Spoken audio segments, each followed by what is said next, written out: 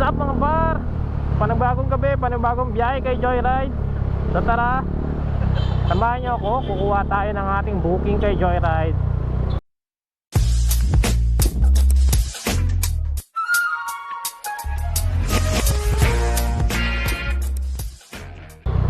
So waiting lang tayo pasukan ng booking ngayon. Maaga pala tayo manis. Alas 8 ng gabi. Umaga tuloy, no? Hey, goods, man. So, abang-abang lang tayo ng booking kung papasukan tayo kagad. 1 hour later. So yun, dito nakakuha na ako ng aking first booking. So pinikap ko na dito si Series para piyatin na sa kanyang pupuntahan. So ano lang pala nito is from Pasita to South Toots Mall. Sa isang call center agent si Madam. Ayan. So nakikita nyo, pinasuot ko na ng helmet para makapunta na kami sa aming drop-off locations.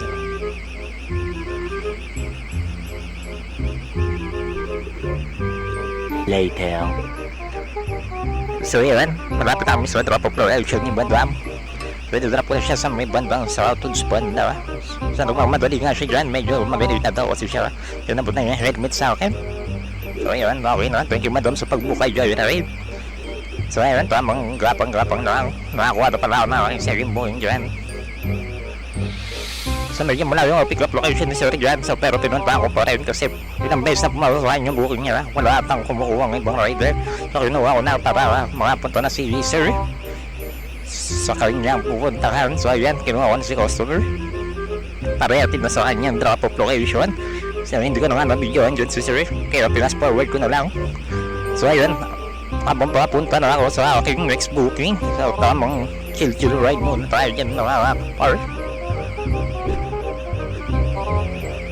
Medyo nabago na yun yung signal ng internet ko. Pero tamang chill pa rin habang nagdadrive papunta sa pick up location. Kaya nakakuha na tayo ng booking. So papunta na tayo sa bahay ni customer. Kaya medyo madilim lang sa part na yun, pero all this lang yun mga par. At least nakakuha tayo ng video.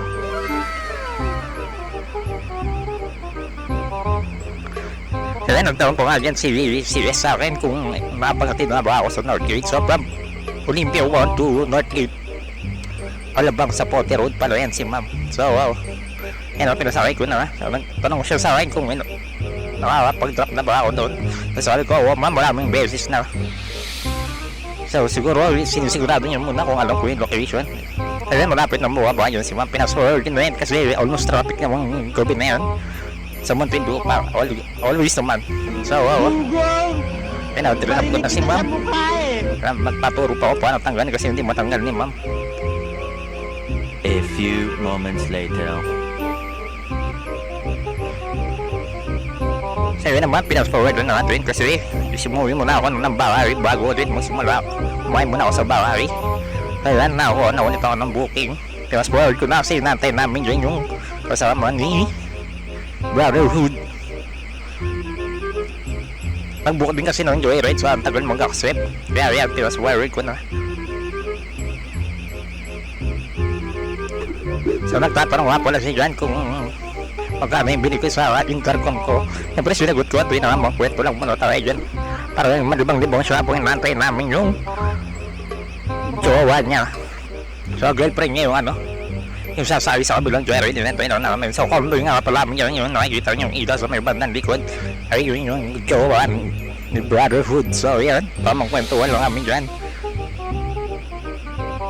So hanggang dito wala muna ang ating video mga par. Mayroon pa yung part 2. Mababa kasi itong biyahe ko dito. So wow, yun lang mga par. Ride safe always. Thank you and ride safe.